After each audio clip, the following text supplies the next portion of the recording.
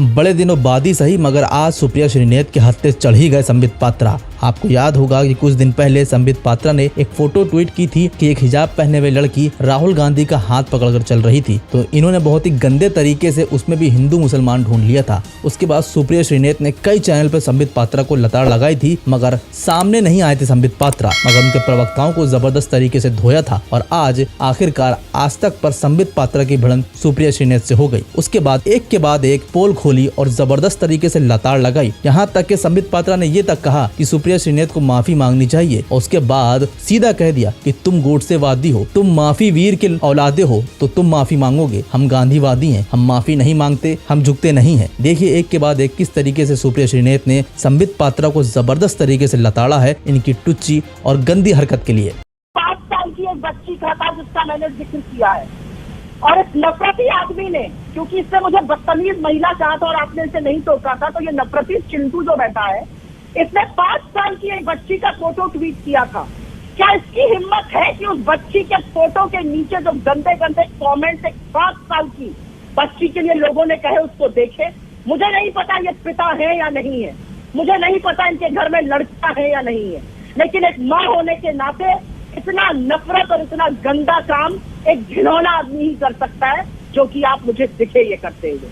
क्योंकि आपको अगर 5 साल की लड़की में भी तुष्टीकरण और उसका धर्म नजर आ रहा है तो आपकी घटिया सोच पर मुझे गुस्सा नहीं तरस आता है।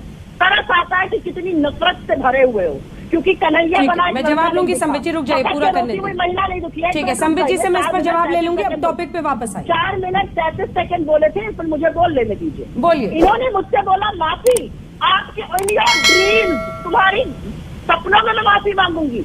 माफी वीर की औलादों को लगता है कि सब लोग माफी मांगते हैं।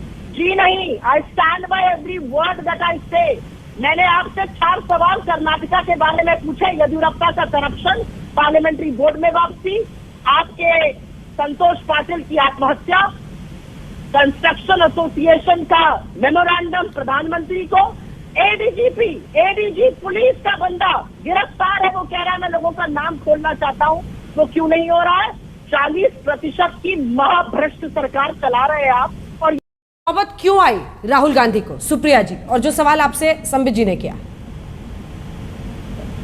ये सब कहने की नौबत इसलिए आई क्योंकि भाजपा के नेता और प्रवक्ता सत्य से भागते हैं और सत्य नहीं बोलते हैं। और आपको मैं 2 शब्दों में बता देती हूँ ऐसा क्यों है।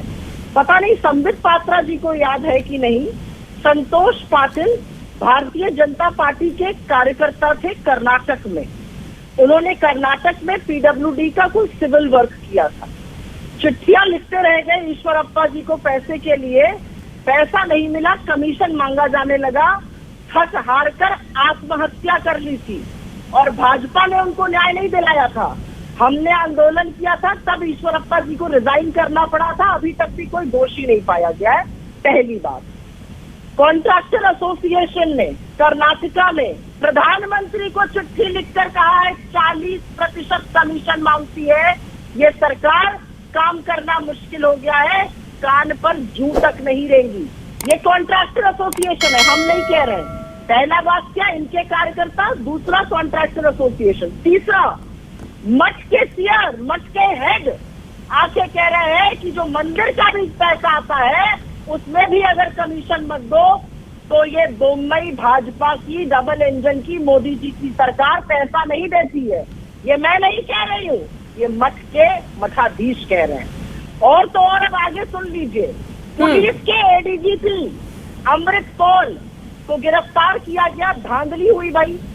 पुलिस की परीक्षा थी, 545 सीट थी, उसमें धांधली हो गई। 6 महीने हो गए, वो कहते हैं मुझे मजिस्ट्रेट के सामने ले चलो, मैं सबके नाम उजागर करता हूँ। उनको प्रस्तुत नहीं किया जाएगा। 6 महीने में मजिस्ट्रेट के सामने नहीं दिया जा रहा है। ये 40% की सरकार है। लेकिन अंजना जी, मैं सिर्फ एक बात पूछना चाहती हूँ आज, और वो बात पूछनी जरूरी है। हमने कहा, कुछ मीडिया के साथियों ने कहा, कुछ एक्सपर्ट्स ने कहा कान पर जून नहीं रहेगी।